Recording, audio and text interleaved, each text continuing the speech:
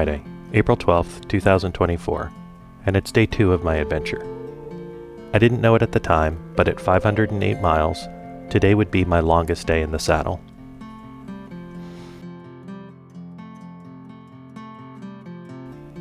I woke up early to get a head start on the day. After breakfast at the hotel, I checked out and loaded up my bike. And of course, it was still raining. The good news, all that rain washes the oil and grime off the roads. I have brand new rain gear, and my waterproof gloves even have a little squeegee on the thumb for windshield wiping my face shield. I put the bike in rain mode and merged onto 81 South. I made my way through the rest of Maryland, across the Potomac River into West Virginia, and about a half an hour later, headed into Virginia. If you've never been, the Shenandoah Valley is beautiful. Flanked by the Blue Ridge to the east and the Allegheny Mountains to the west, the road is mostly straight, but there's a catch. 81 is a major trucking route, and with only 2 lanes, traffic can get heavy. That said, as far as highway riding goes, it's not too bad.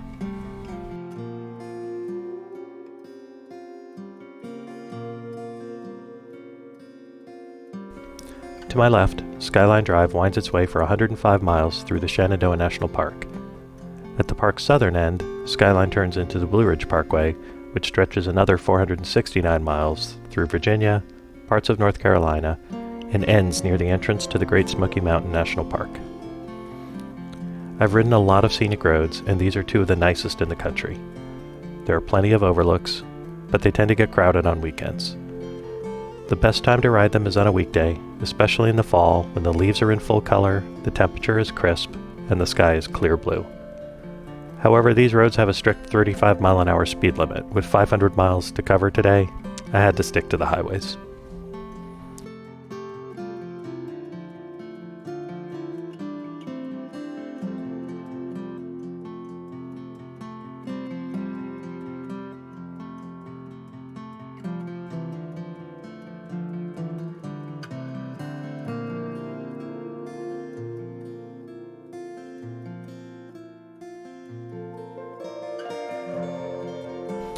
By mid-morning, the rain had cleared and I stopped in Roanoke for coffee and a visit with Lisa, a high school friend I hadn't seen in about 30 years. We met at Sweet Donkey Coffee, a great little spot with strong coffee and good food, both of which I needed. It was great catching up, hearing about her move to Roanoke, and how well her kids are doing.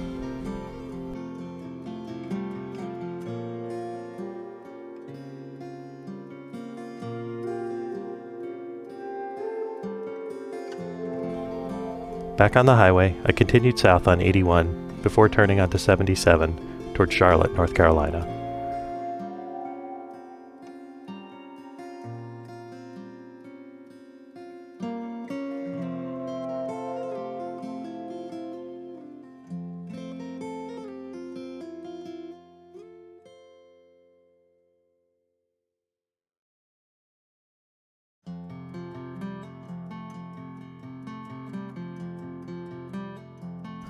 Most of this ride is uneventful highway, but near the Virginia-North Carolina border, there's a section at Fancy Gap where the road turns into a long, steep downhill with sweeping turns.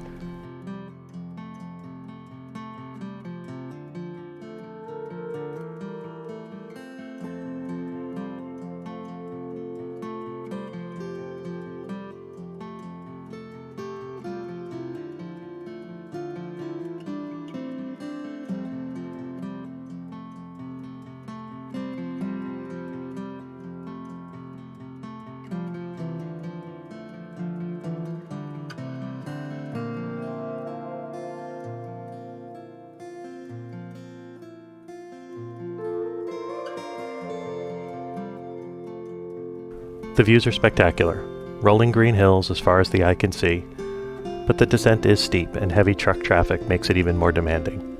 The runaway truck ramps carved into the hillside serve as a reminder of how important it is to stay focused while riding.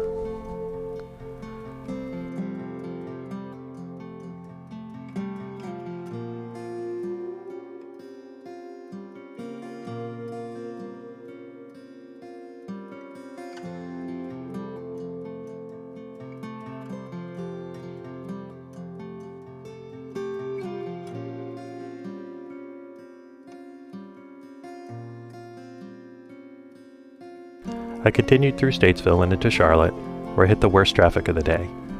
I knew it would be slow, but the exit from 77 onto 85 was a grueling 45-minute crawl. Riding a motorcycle in heavy traffic requires constant clutch work, slow maneuvers, and being aware of all the cars trying to cut in front of you. I made it through, but my clutch hand was feeling it.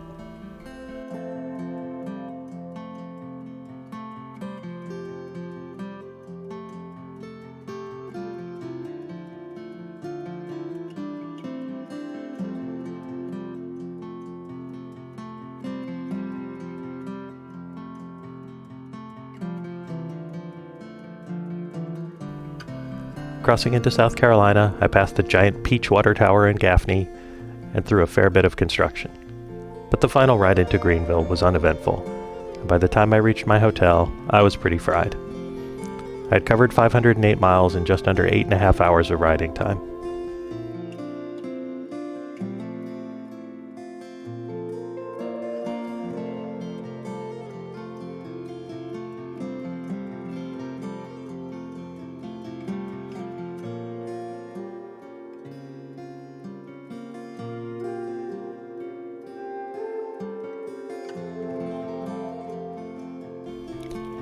After 2 long highway days, I was ready for a change of pace.